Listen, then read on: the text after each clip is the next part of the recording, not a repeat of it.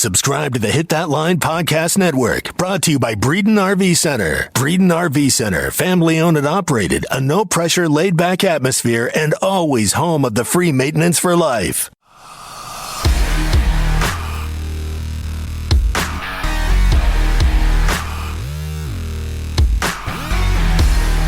You're listening to the Hog Talk Podcast, part of the Believe and Hit That Line Podcast Network.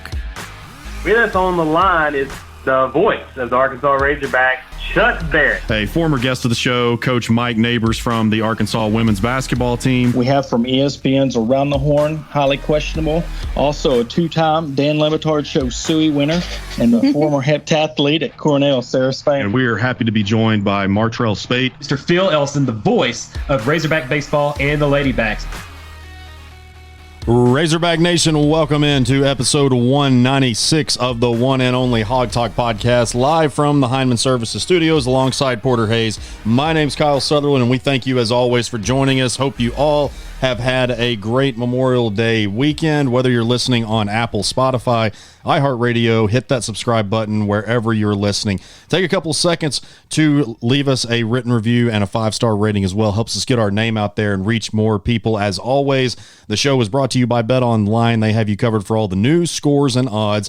Plus, it is the best way to sign up. Head up to the website betonline.ag or use your mobile device to sign up today and receive 50% on your first deposit. BetOnline, your online sportsbook experts. And baseball completed on Sunday the most dominant run in SEC history, winning all 10 of their series in the regular season, winning the SEC regular season tournament, and then putting the icing on the cake, winning the SEC tournament title, their first in school history. And also softball's historic run came to an end on Saturday, falling in the first two games of a best-of-3 series to Arizona. And Porter, we'll start off first, man. I hope the weekend has gone well for you. I actually spent Sunday at the Travelers game. There they were playing the Tulsa Drillers, and right in there, I think it was the 7th or 8th inning of that game, we got the score over the loudspeaker of the SEC tournament, of the Razorbacks winning it, and the whole place erupted in the hog call. They actually kind of sort of paused the game. I'm sure some of the guys on the Drillers and Travelers that aren't from Arkansas were a little confused by that. But, you know, again, we'll get into softball here in a second. An incredible run by them. Hated to see it come to an end. But, man, for baseball, it seems like we're just now getting started. That's icing on the cake. Coming into the tournament, you didn't know how far they would go, you know. They knew the bigger picture was regional supers and Omaha, but I think once they started gaining momentum and realized they were winning without their starter, you know, their starting pitching, and they were kept on going and going, they're like, let's just ride this thing to the end. And of course, when you meet Tennessee at the end, you got to beat them. You can't give them any kind of edge. And I think that, you know, he proved it. You know, he put in Cops at the end, you know, when they played Vandy, you know, bringing out Wicklander and Cops. I mean, just how that whole tournament went was amazing, but perfect weekend, perfect weather for the weekend. I mean, I can't believe we're sitting here. It's almost June and the temps in the 70s. Like, you can really actually get out and enjoy yourself. Everybody can go out on the lake and really have a good time this weekend. But we've also got to remember what Memorial Day is all about. You know, it's not all about celebrations and cookouts. And so it's really nice to the baseball team, you know, the Travs game that you were there, you know, really showing the true meaning of Memorial Day. You know, I grew up on Greer's Ferry Lake, and I spent just about every summer as a kid there. I grew up in Sherwood, but I spent my summers a lot of times at Greer's Ferry, and I can remember it already being in the 90s, very hot by that time. Now, the water was a little bit cool still because it was May, it wasn't quite June. And, you know, it's been cool that whole entire winter and spring and fall. But I was seeing pictures of people. I just hung out in the backyard and grilled, but I was seeing pictures of people up at the lake, and, you know, they're sitting there on the boat in jackets and at their campsite in jackets. So it is definitely a different kind of Memorial Day than we're used to. And even at the Travs game, I was sitting there in the shade, and it was almost like AC. I'm just not used to being at a baseball game this time of year and it being like that. But like you said, Porter, I mean, I got to eat a little bit of crow here. I said that the SEC tournament really wasn't something that was important to me, just me personally. I'm not saying it wasn't important to Dave Van Horn or the Razorbacks. You know, on our last show, I guess we hadn't done one in a week or so, I guess, since we didn't have a Friday show. It just kind of the way things worked out with the, you know, baseball playing at 7:30 and all that. We just really didn't have a whole lot of content for at that time. And I was thinking about it, and initially I had said, that I think that Dave Van Horn is going to care about this. I don't believe that Dave Van Horn and this coaching staff, or really anyone that's coaching or playing, especially in P5 baseball, I mean, really any kind of college baseball, a competitive person, no matter what the stakes are, is going to compete. That's just their nature. That's the way that they're built. But I thought initially that he was going to go in this, again, not necessarily not caring about it, but was going to play it safe. I wasn't sure that Kopps was going to pitch at all. I kind of took that from his press conference after the Florida series when he had said you probably won't, I'm paraphrasing, but he said something along the lines of you probably won't see him much. I took that as he wouldn't pitch maybe but 1 or 2 innings total in the SEC championship, but he ended up, I think it was a total of maybe like around 6, maybe 5, 6 innings. I don't have it right in front of me, but like you said, the fact that that Dave went out there and pitched Wicklander, you love to see that. It wasn't quite the matchup that we were expecting it to be, Rocker and Wicklander, but nonetheless, it just set up perfectly. They got matched up against Georgia, who was just completely beat up. Ole Miss was pretty beat up too, but we'll talk more about this in segment 2 with Kevin. But just a phenomenal run again by the baseball team. Just continue to prove people wrong. I think that Razorback fans certainly at this point know what kind of team that we have. There's still people continuously doubting them, even though they've been in number 1 unanimously for like 12 or 13 weeks, whatever it is at this point. I don't even remember now. I don't think it's been that long, but it's been a long, long time, at least a couple of months that they've been the unanimous. Well, as soon as Tennessee went up 1-0 in this final game, it started automatically. Yeah. Here we go. And we had people before the game. I'm not going to give the dude any credit or mention the guy's name, but he's like, well, if Arkansas loses this game, this whole tournament was a waste. Like, dude, shut up. They're playing an SEC championship, and I can't remember. I think it was Kopps that said after the game against Vandy, they wanted to win this for Dave Van Horn. Get him that SEC championship because they know how hard it is to win in Omaha. I think the players took over, or Dave was just playing a poker face and coach speak saying, we're going to have a game plan for this. But in reality, in the locker room, they're going to win the whole daggum thing. And that's what they did. So I think the players really wanted this for the fans. They really wanted this for their coach. I think they wanted it for them to prove that we're going to go in this tournament and win it and prove without a doubt we're the best team in the SEC. Because you can win your SEC regular season title and kind of flake out in the tournament.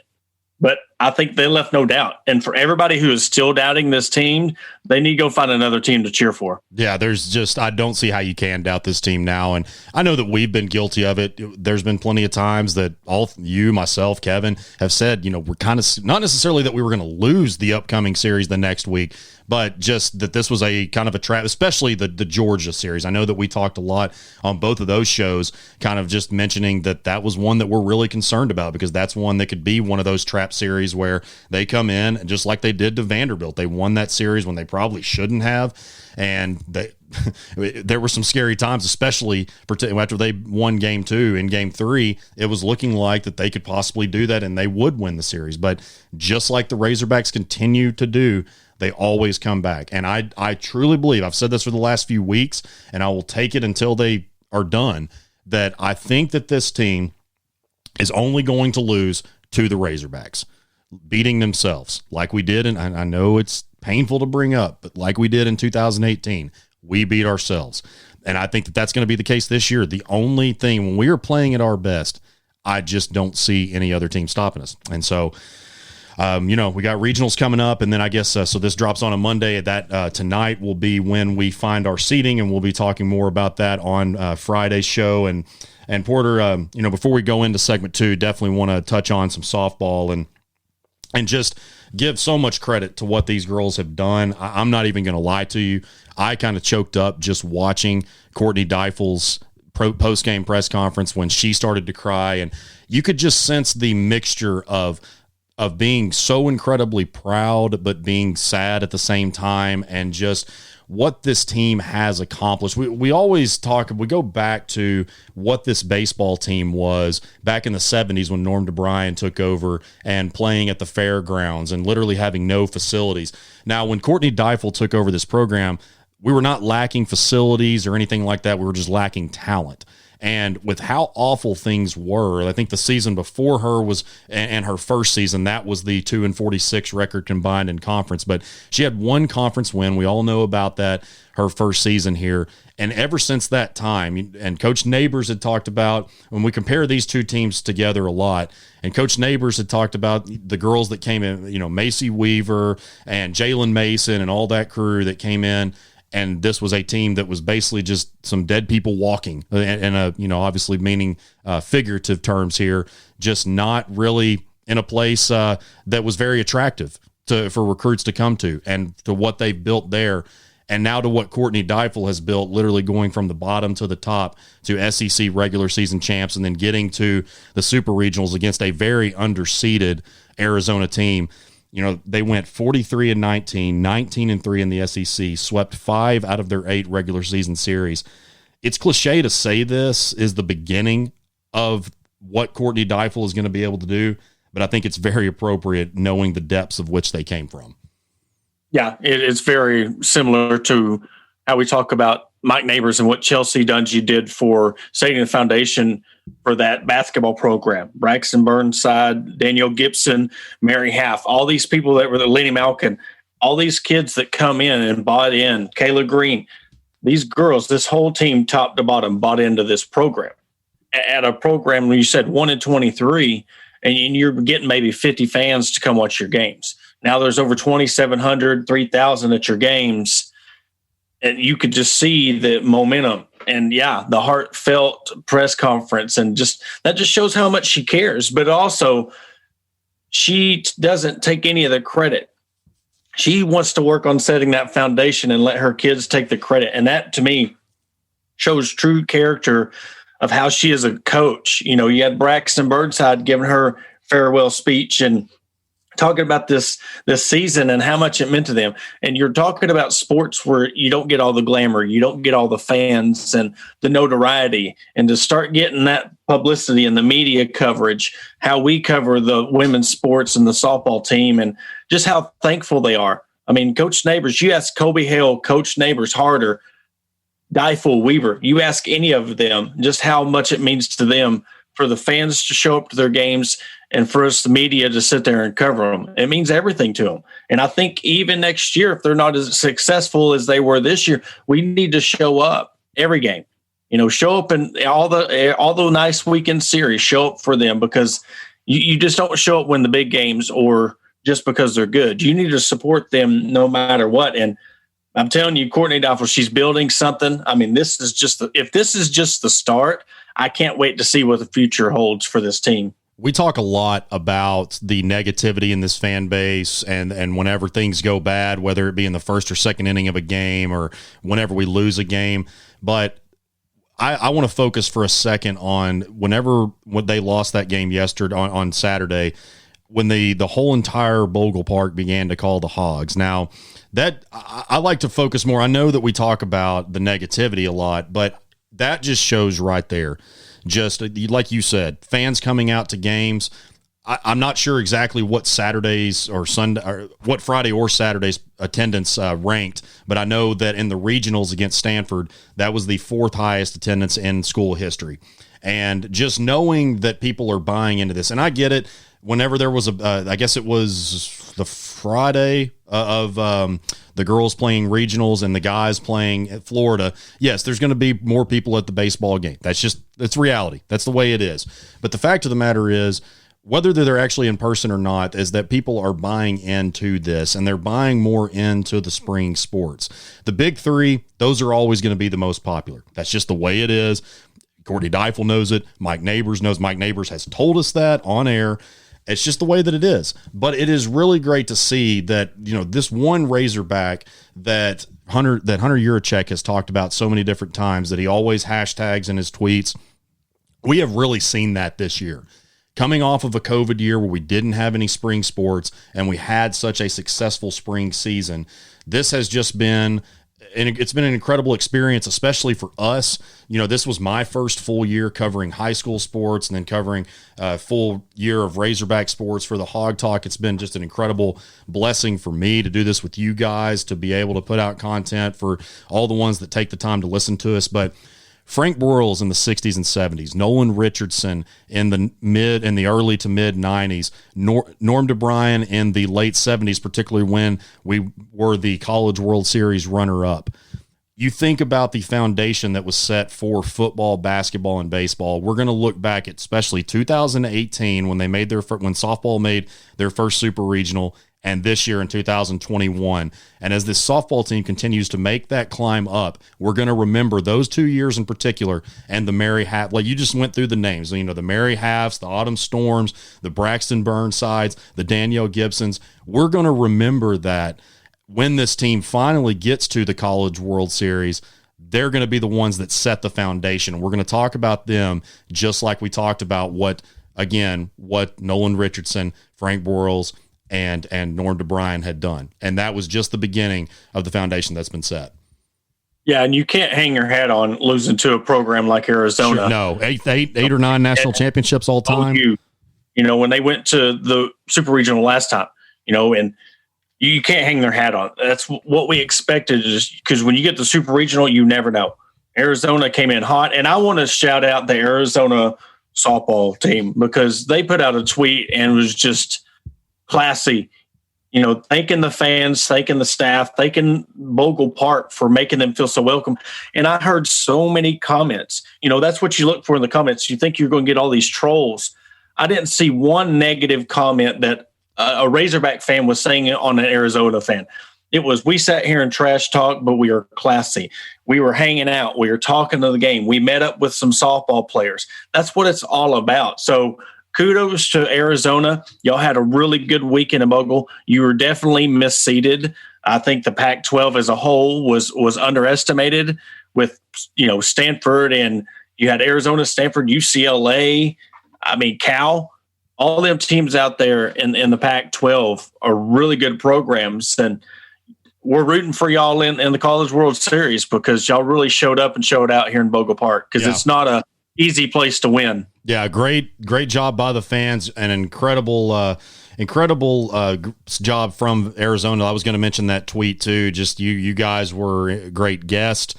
And not that really any Arizona fans are probably going to listen to this, but yeah, we definitely want to give them their props, and I'll probably do it in the next segment too. But I want to give some props to Tony Vitello and the Tennessee baseball team, what they've done this year, and I still think they're going to make plenty. And I tweeted this right after the game, or not too long after, that I think they're going to make plenty of noise in Omaha. Tennessee's just not a historically good baseball program.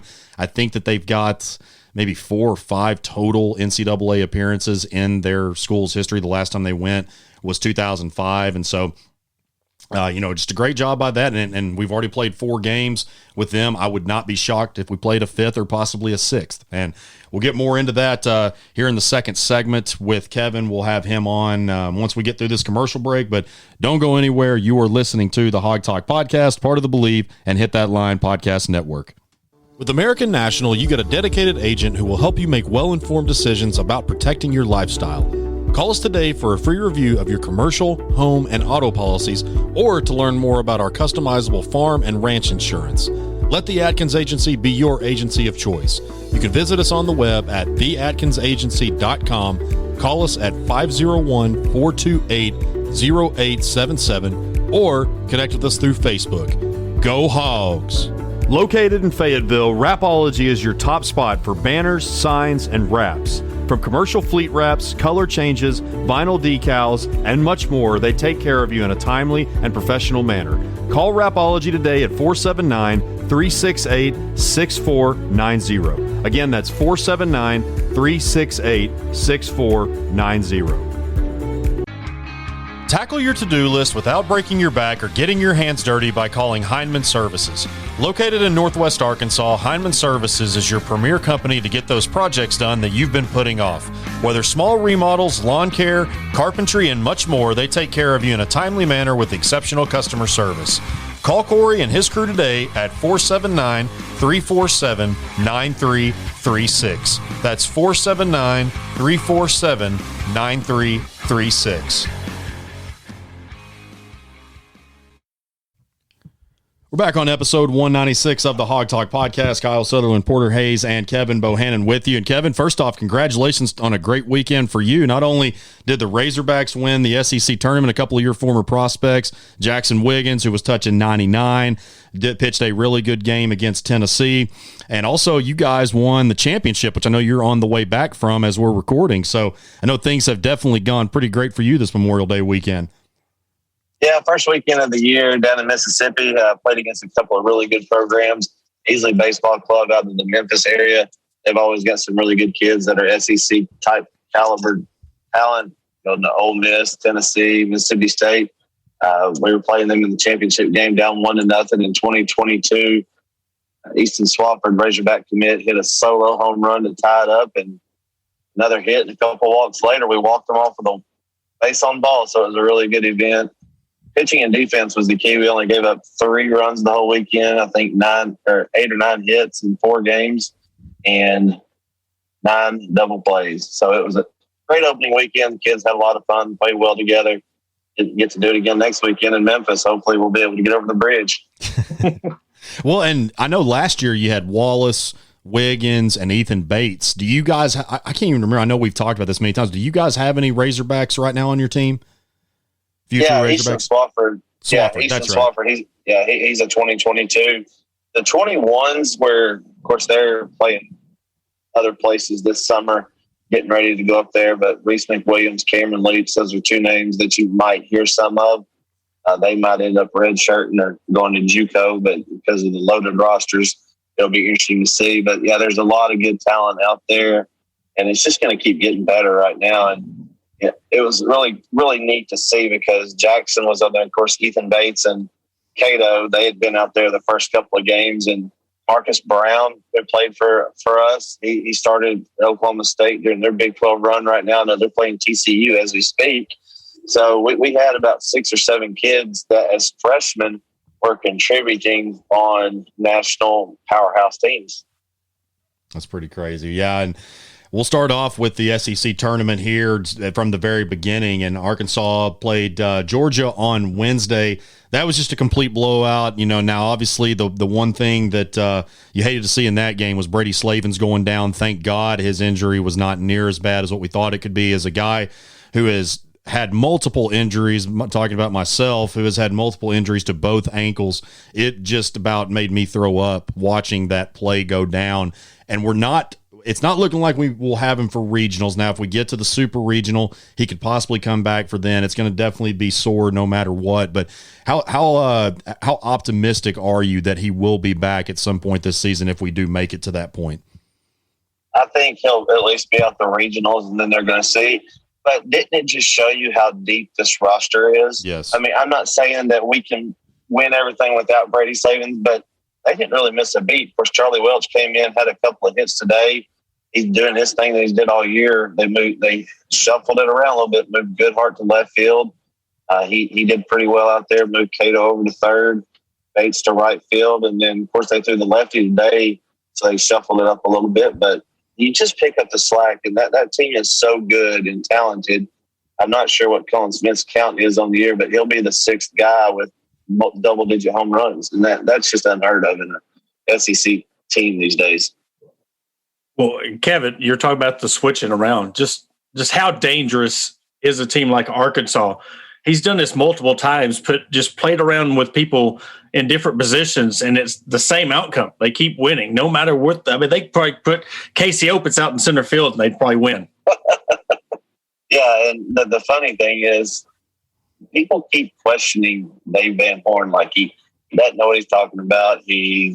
What's he thinking about right here? He brings Lockhart in for an inning today to bridge the gap to get the Cops. They're like, oh, and I saw it on social media. He just threw the other day on 3 days rest. I'm like, guys, he threw like 70 pitches. If they need him for 10 to 12 pitches, he was going to be fine. So trust in the fact that one of the greatest college baseball coaches is in Fayetteville, Arkansas, and he has the pulse of this team figured out so well that he knows how to pull the trigger, pull the string, whatever you want to call it. But he's just counting cards at a blackjack table right now.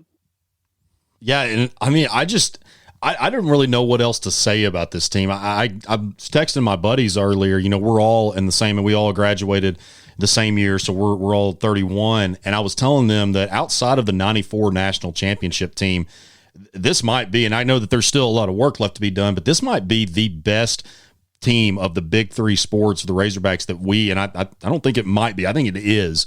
Outside of the '94 national championship team, they just continue to, like you said, Kevin, you know, we talked about Brady Slavens there, and they showed a video before the Ole Miss game of Dave Van Horn saying, hey, you know, the Vanderbilt game, one of our biggest bats is down, and we need somebody to step up. You know, Ethan Bates came in and stepped up in that game. I know, you know, Charlie Welch, like you said, he had a couple of hits and everything, and he did his part for the most part of what he needed to do. And then, of course, you put Goody at left field, but Jalen Battles, who would have thought that he would have been, not that he hasn't been great this year or been good at least, but who would have thought that he would have been the SEC tournament MVP? You know, I think that off the bat, we thought it was probably going to be Colin Smith with especially 3 home runs, and then back-to-back days you have 2-run homers against Ole Miss and Tennessee, but it's just all across the boards. The six players with double-digit home runs, plus the pitching has stepped at Connor Nolan on Saturday with what he was able to do coming in, not allowing a single hit. It's just we continuously have guys stepping up, and you're not sure what Zeb Vermillion's status is. I know that there were some bicep cramps or something. Now, if you talk to that one guy, the Payne guy on Twitter, whatever his name is, you would act like he doesn't deserve our time. Yeah. You'd act like he acts like it's the end of the world, and you know his life is so miserable that he spends time, you know, doing that stuff, but. Zeb's got the bicep cramps. You don't really know how long he's going to be out. You obviously want to make sure that he's 100% before you push that too far. But, you know, Pallette, obviously not going to have him moving forward. But you've got guys like Connor Nolan stepping up in that role, a former Friday night starter. Heston Toll, who has shown a lot of great things. I know that, you know, you're really high on him. I've talked about how he should get more innings. He's got some electric stuff. There is just guys all across the board, whether they're sitting in the dugout or whether they have sat in the dugout most of the season, when their number is called, they come to the plate or they get on the mound or they go in the outfield or the infield, and 9 times out of 10, they get the job done, or at least they get the. Yeah, Andy Menard and I were talking as we crossed the bridge while we go into Arkansas.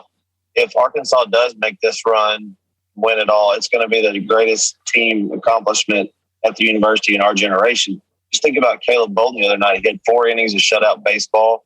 They just have guys keep stepping up, and the freshmen are now veterans on this team. They're sophomores. They played a lot of really high competition baseball in their careers, so it's not a really big shock to these guys. But it was great to see Connor Nolan come in and do his thing. So it's going to be they're going to be able to piece it together. Wicklander struggled a little bit. But he's really the only starter that can really go 6 or 7 innings. So you're going to get to see multiple games with multiple pitchers. And that's not really something that's done in today's college baseball game, is you're supposed to have a frontline guy and then a number 2 and maybe a number 3. We've just got a lot of guys that are really good with really good stuff that can go out there and compete. And then you got guys that you can plug and play off the bench on offense. And that just makes this team even more dangerous down the stretch, because Dave Van Horn is all about matchups at this point, and he's going to put the best team at that particular game on the field. And it's trouble for the other team, because it kind of blows up their scouting report a little bit, because they are so versatile. Yeah, and then huge props to Connor Nolan. You know, the last outing he had, he did really good, and we were wondering if that was just a one-time thing. But for him to come in again in this big stage and just, I mean, you talk about stepping up when they needed him the most, he come in and just balled out. And I'm thinking that if he's got it in his head, you're talking about accepting roles. If he's really fully accepted the role of being like a middle reliever, and he gets that in his mindset and he works on that technique and coming in 4th, 5th inning, you're going to have another freaking setup, man, like Costu. And that's going to be huge. And if you can't throw Cops, you could bring him into the end. I mean, you've got another guy with all these pitchers getting hurt going out. You just added another one to the arsenal. If you give him the confidence coming into the postseason, the regional, super in Omaha, this is going to be a dangerous team. And what you're talking about, alluding to our generation, yeah, other than the 94 national championship team, this is it, because they're a complete team. I mean, they're just as dangerous on defense as they are on offense. So, I mean, it could be if they win it all, it'd be 1A and 1B, the 94 championship team and then the 2021 baseball team. Yeah, that play. Or go ahead, Kevin. Yeah, and I put the baseball team above what the basketball team did, just because it's so hard to do. You have multiple layers of championship to go through. You have a regional, then a super regional, then you have Omaha. Yeah, you have to get to Omaha first, and then you got to win 5 games. So it's just a lot harder to do. Everybody knows that now because there's been SEC teams that were number 1 going into the postseason, and then they don't get past the super regional. And I want to go back to Jalen Battles, that play that he had that's going to be in the Sports Center. Oh, or I guess by this point, when this episode is released, it's already been in the Sports Center top 10. But yeah, that was just sick. Just turns around, gets the out, but that's what we've come to expect. He hasn't done a ton of sexy things at the plate in terms of a bunch of home runs and all that. But like I said on the last show we did, he gets you the sac flies. He's gotten plenty of runs across, or he's gotten people advancing to second base or third base. That's just what he does. They play their roles, as we continuously talk about. Charlie Welch really just never had a massive role on this team, but that's what he said. He has talked about how he has always wanted to be a Razorback. Even when Dave Van Horn told him no, he still worked to that point to become one, and now he is stepping up, and he's playing a pivotal role, albeit not a massive one, but still a pivotal role. And so I think that we just need to really understand that we are experiencing, and I think that we've seen plenty of people tweet about it and put Facebook posts, but we are just experiencing greatness, particularly with Cops. We have not seen a player this dominant since Darren McFadden. And we're going to look back, and these are going to be, like we watch continuously, his highlight, talking about D-Mac, his highlight films, those are still all over YouTube, and Razorback fans still share them today. That's what we're going to be doing with Kevin Kopps. We were doing that with Matt Cronin, and no disrespect to him. He was incredible. But Kopps is just next level. And it was just, everybody was shocked when he gave up that home run against Tennessee. Now, it really didn't matter, but that was his 6th run of the year given up. And you think about, so as good as Goodhart has been overall this year, he's been coming into the Tennessee game. He was 5 of 49 in his last, so I guess 50 or so at bats, or 49 at bats. So he's been struggling, but again, you go back to just how this team picks each other up and how so many guys step up. You don't even notice stuff like that because you have, if one guy struggles, the next guy right there behind him is there to pick him up. Yeah, and Coach Van Horn had him hit the leadoff, and I think he was 1 for his first 10 with 7 strikeouts or something like that. But Jalen Battles he's an MLB shortstop. You saw that today with the plays that he made. And he's going to hit at the next level, but it's going to be 250, 260, hit a home run here or there, but he moves guys around. He's a really good situational hitter. That's what I think gets overlooked a lot of times, especially in baseball. They're thinking, two runners are on, hit a bomb. You can't do that every time up, especially in the SEC. But then you got, I just really go back to the way these veterans have meshed with the younger guys. And I think you're really going to see that going forward. It makes this team special. Well, another thing I want to add is, watching the game today, and I'm not seeing any fatigue. Everybody's talking about you throwing him in, playing this guy. But I don't see anybody that's really shown like getting tired. They're getting fatigued. They were off a whole year. Yeah, they ain't going to be tired. Exactly. And I think that hunger for real, and this is what we were talking about in the last segment, Cabo, is the players really wanted this for Dave Van Horn. They really wanted to get him this SEC championship because they know how hard it is to win in Omaha. And to give him this SEC championship and to have all your players be, 100% not healthy, but I mean, they're not tired. You've got guys getting switched around to different spots. That just helps because there's more energy. If you've got a guy on the bench, you put him in right field, you got a fresh right fielder that can give you a lot of innings. But I think that's really what's going to carry this team the furthest, is because I don't see any signs of anyone. I mean, pitchers, Kopps, Wicklander. I don't see any of them really showing that season fatigue. Like Kumar Rocker did. Oh, I was gosh. definitely going to bring that up, man. You know, and I think Corbin Lauder got lit up too. Well, and Cabo, you might maybe I'm wrong. Did Corbin overuse them this year? At least maybe Kumar. Did you think he maybe put a little bit too much on him? I don't know. He might be at that breaking point. We got to remember, he's still young. I mean, this is only his second full year in college. Yeah. I know he is a grown man in terms of his physicality, and Leiter as well. Remember, he missed a start 2 weeks ago. They skipped his start on the weekend. They already had everything sewn up. So, Kyle Peterson said on the broadcast the other night he wouldn't put too much into it. Now, if it happens 2 times in a row, it may become a trend. So, may need to keep an eye on that. So, he's still they're going to have bad starts. Yeah, and he went from the consensus number 1 pick for this next draft to top 5, top 10. He's still going to be a top 5. I still think he's probably going to go number 1, or at least no higher than the top 5. But they just he set him down in order in the first inning.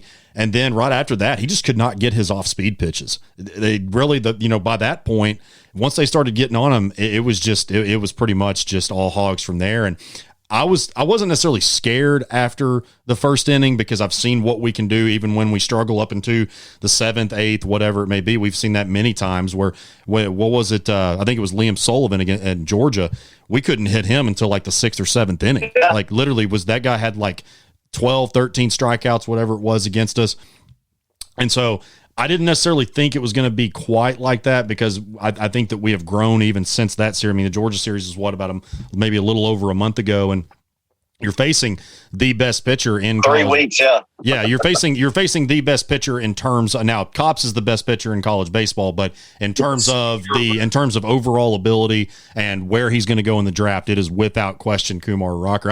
I think I've told this story a couple times on here, but guys, I'd go to the Razorback camps when I was in high school when Tracy, his dad, was our defensive line coach, and this kid was 7 years old, looking like a 12, 13-year-old, just picking up those, I can't remember the names of, not the dummies that you use, but the little things that stand up and you knock them over, the little dummy thing. Yeah. He would just pick those up like two or three at a time at 7, 8 years old, 6, 7 years old.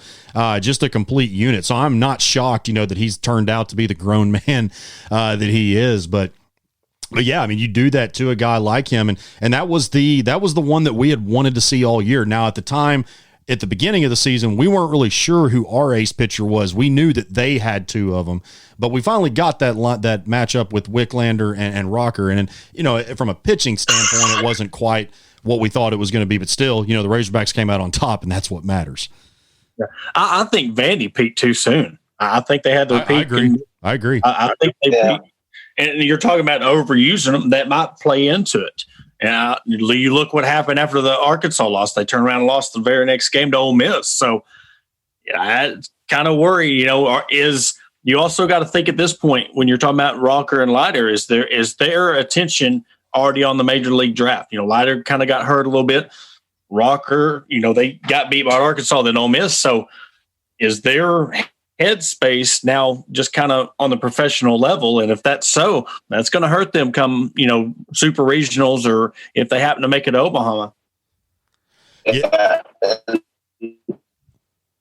In 2018, Vanderbilt shoes, we were up close top 5 all year and then did okay in the SEC tournament. Everybody was like, we might not do much, and then went on the run that we did. So, if you get hot in the right 10-game stretch, everybody's going to look back at this and be like, oh, that was just a, lull in their winning. So I wouldn't count them out just yet, but that could be something to look at, no doubt. Yeah, I'm definitely questioning them a little bit. And Mississippi State, man, they come into the SEC tournament and just completely crap the bed. I do think that Florida has a chance. I'm not really sure what Florida team we're going to see. I do like them and Tennessee when they're at their best. I really like Kendrick Calaleo from Florida. That guy really, he's kind of like their unsung hero. I know you got Judd Fabian. He struggled really bad against us, but that guy definitely going to be a great player at the next level. Tommy Mace, Florida's definitely got some guys. I mean, there's a reason why they were pretty much across the board the number 1 team preseason. I understand preseason's preseason, but yeah, Vanderbilt and Mississippi State are 2 that were really highly touted coming into the year that I'm not sure how they're going to do. And Ole Miss, it's Don't really ever know with them. But guys, there's a lot of talk about, we'll close out with this, but Wes Burton, one thing, obviously the guy's on crack or something. I don't know what it is. I'm just joking. He's not on crack, but I don't know what it is, what made him get this the way he carries himself. I'm not sure what it's about, but what really sucks? The guy's damn good, and I hate it. He pitched great against. I know that he's walked a couple. I think he walked 6 in the two games that he played us, but he only gave up like 2 or 3 hits, and he struck out. I don't have the numbers in front of me there, but I know he did really, really well, and I just hate it that guy is so good. Hey, I was going to ask you before we go. Do you think they let LSU in, because it's going to be Molinari's last year? What's your thoughts on that?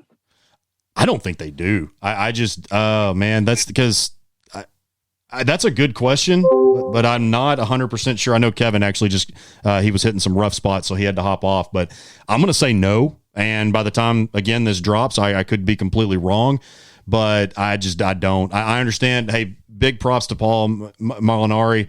Or is that his name? I think I just completely butchered that. Molinari? Yeah, Molinari. Okay, so I did say it right. You know me in pronunciation, so I followed that guy. You got to get one wrong. Yeah, I was about to say I followed that guy since he was at Notre Dame, so for many, many years. But yeah, that was an incredible career that he had, but LSU just had an awful year. So I don't think, or not awful, they didn't have a good year, at least not, especially not in the SEC, but I think you've got, you look at Tennessee, Arkansas, Mississippi State, Ole Miss. There's a couple more in there that I can't really think of off the top of my head, but I know Georgia was flirting with it, but I'm not sure that they get in either. But LSU, just because of that, I mean, I don't see it. I could be wrong, but I just don't. Yeah, they had a hard year for LSU standards, and for him to say he's stepping down, but now the question who's going to get that next coaching spot? You go 2 legends in a row. Now who's going to fill those shoes? I mean, that's crazy. Yeah. Obviously the immediate one would be Tony Vitello that you would think of, just because he's the hottest name in college baseball right now, but. I'm not so sure. You got the guy from East Carolina. His name slips my. I think it's Cliff Godwin is his name. Yep. He was an assistant at LSU, and so you got to think about him. He's done some really good things at East Carolina. The TCU coach, I know he's done really well. So there's definitely going to be some names in there, but the first one that you think of is definitely Vitello, but not so sure. I don't know that he's either. He might be. Waiting on. I don't think he's going to wait on the Arkansas job because Dave Van Horn's got a long time. But it really just depends on what Tennessee says that they're going to give him. You obviously need to upgrade your facilities. They've got the worst in the SEC for baseball, so it really just depends on what they agree on. I mean, he might stay there. Just kind of depends on what they do with his contract and what they do with the facilities. But I don't know. It is kind of weird not having LSU in there, because as much as a lot of Razorback fans hate to admit it, they are one of the more historically dominant programs in the SEC. Actually, I'd say probably the most dominant program in the SEC in history. So, what Skip Berkman did and then what Paul had done. I know he only won 1 national championship, but he did a lot of great things there during his time. And so definitely wish him a happy retirement, and very interested to see where that goes with that coaching search. But well, guys, that will do it for episode 196 of the Hog Talk podcast. Again, the NCAA regionals, they start this coming weekend, Friday through Sunday, and we'll be in Fayetteville, Arkansas. We'll be the number 1 seed overall, or at least that's what we're expecting. But look forward to that as we get into the real season, as I like to call it, as once we get into the NCAA tournament. So look forward to seeing you guys Friday. Thank you, as always, for tuning in. If you haven't, again, please be sure and subscribe, rate, review. Other than that, for Porter Hayes and Kevin Bohannon, my name is Kyle Sutherland. We will catch you on Friday.